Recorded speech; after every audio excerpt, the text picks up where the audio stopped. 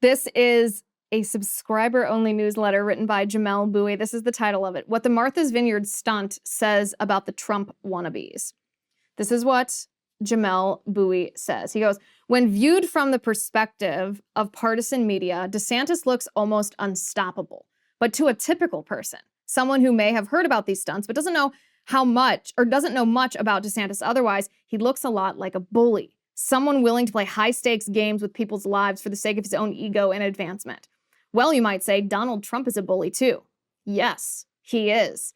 But Donald Trump is also a lifelong celebrity with a public persona that is as much about The Apprentice and even Home Alone 2 as it is about his political career. Once more, Trump has the skills of a celebrity. He's funny, he has stage presence, and he has a kind of natural charisma. He can be a bully in part because he can temper his cruelty and egoism with the performance of a clown or a showman. He can persuade an audience that he's just kidding and he doesn't actually mean it. Okay, so this is what happens when you engage in such hyperbole, when you say Trump is literally Hitler, Trump is evil incarnate, when you have gone to the fullest extent of extreme when describing your political enemy, then when someone else comes along that you don't like, what are you supposed to compare them to? Well, you're gonna have to dial down your hyperbole. You're gonna have to make Trump sound a little less bad than you've made him sound for the last 6 years. So funny to see this from the New York Times because they have been as guilty as anyone. I mean, the New York Times editorial board suggested that Trump should be indicted by Biden's Department of Justice, by Attorney General Merrick Garland. For what? Because they don't like him. He's literally Hitler. These mainstream media like to paint Trump as, but compared to DeSantis, he's just a showman. Trump's just a clown. Okay, guys. They go on to say, Ron DeSantis cannot. He may be a more competent Trump in terms of his ability to use the levers of state to amass power, but he's also meaner and more rigid, without the soft edges and eccentricity of the actual Donald Trump. I wish that I was the editor on this piece. If I was the editor on this piece, I would have highlighted this phrase, without the soft edges, and I would have been like, what soft edges? Give me an example of what you're talking about, because every time you've ever written about Donald Trump, you act like he's constantly knifing people in the back, and now you tell me that he has soft edges. I never knew that the left thought that Donald Trump was funny.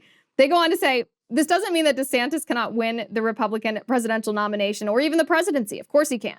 What I think it means, however, is that his Trump 2.0 act might fail to reach the marginal voters who liked Donald Trump for his persona and performance more than for his positions or policies. It means that on a national stage, DeSantis might flop like one of his stunts. Two things.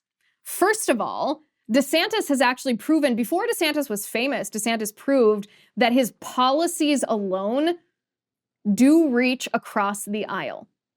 The reason DeSantis won the gubernatorial race in Florida was because of school choice. It was because 30,000 Democrats, Black women who are moms, who are registered Democrats, switched their vote from Democrat to Republican to vote for DeSantis because he promised them school choice. And the Democrat, Andrew Gillum, who was running against DeSantis, said that charter schools were a siphon on the public school system. So DeSantis has already proved that his policies appeal to people across the aisle. So the New York Times, it might do, well, that's not even history. That literally just happened a couple years ago. Come on. They just don't like DeSantis, of course. The other part of this, DeSantis might flop like one of his stunts. Everyone knows that this stunt, this Martha's Vineyard stunt, was a wild success. If you even try to deny that, you just look stupid.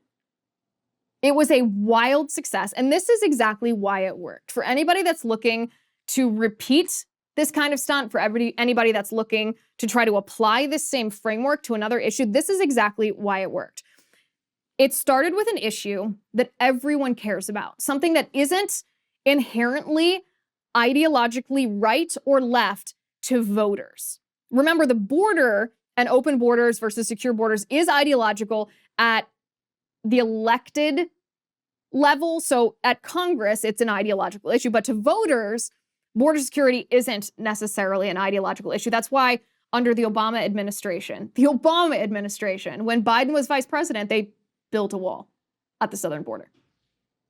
It's why Barack Obama criticized illegal immigration, because it used to be a bipartisan agreement, because it's just common sense. It's not ideological, unless Of course, you are a Marxist. So it started with an issue that everyone cares about, the border crisis. Everyone knows the border crisis is dangerous. The policies from the Biden administration have exacerbated it and made it worse. It's completely insane to behave like this, and it's intentional. If Biden wanted to solve the border crisis, he could. So it took an issue that didn't have an ideological base and an issue that the left repeatedly lies to us about, even though we have the photos and the videos and the numbers from official government reports that show that the left is lying to us. They tell us, Karine Jean-Pierre tells us that people aren't, and Kamala Harris tells us that people aren't walking across the border, that the border is secure, that there's no crisis. We can see the videos for ourselves. We can see the photos of the 10,000 Haitian migrants that were living under the bridge in Del Rio, Texas. We can see that horrendous photo of the 51 migrants who died in the back of that tractor trailer truck when they were abandoned by the cartels. We can see for ourselves what this border crisis is, how people cross rivers in bunches of dozens to 50s to hundreds of people just pouring, streaming across the border, and they aren't stopped. We can see this for ourselves, yet the left lies to us. So that's the second element of it. The third element is that this is an issue where the elites, whether they're government officials or whether they're just vocal supporters of a leftist ideology, the elites do not suffer from this issue the way that they force us to suffer from this issue. And of course, Martha's Vineyard exposed this perfectly, which we'll get to in a second. But the elites don't suffer from the crime committed by illegal aliens. Elites don't suffer from border towns being overrun. Elites don't suffer if these hundreds of thousands to millions of illegals put pressure on our welfare system. They don't suffer from it. We suffer from it.